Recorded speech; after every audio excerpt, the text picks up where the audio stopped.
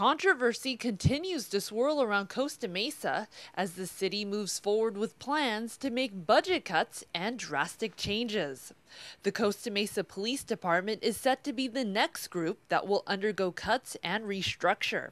And on Tuesday, City Manager Tom Hatch presented his proposed plan to the council. While we're looking to reduce the number of sworn personnel, we're looking to significantly increase the number of non-sworn personnel, and the total reduction in total personnel is approximately 4 full-time positions. The plan, which is based on the City Council's budget as well as an outside consultant's recommendations, will ultimately bring the department down to 131 sworn officers. I think it's also important to point out that the chief, rather emphatically in his memo, which was kind of minimized, I think, in the whole presentation, says that he feels 140 is the bare minimum we should do in terms of sworn officers. We get Chief Staveley's recommendation, which comes in somewhere around 140, just to maintain the minimum and to not go below that.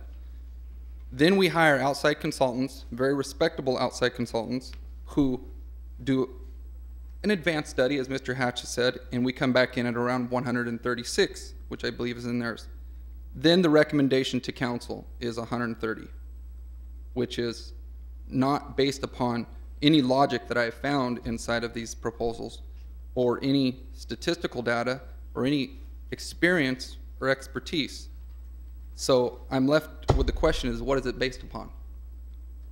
And I keep falling back on, and I keep feeling like it's based upon politics, not public safety, not the people. I understand the importance of balancing the budget, and I understand the difficulty that you're all under, but this should really, really, really be the last thing that gets cut. But could more cuts be on the way when the City Council votes next Tuesday? Cities' budgets are meant to balance. And what balance means is you spend every dime you have.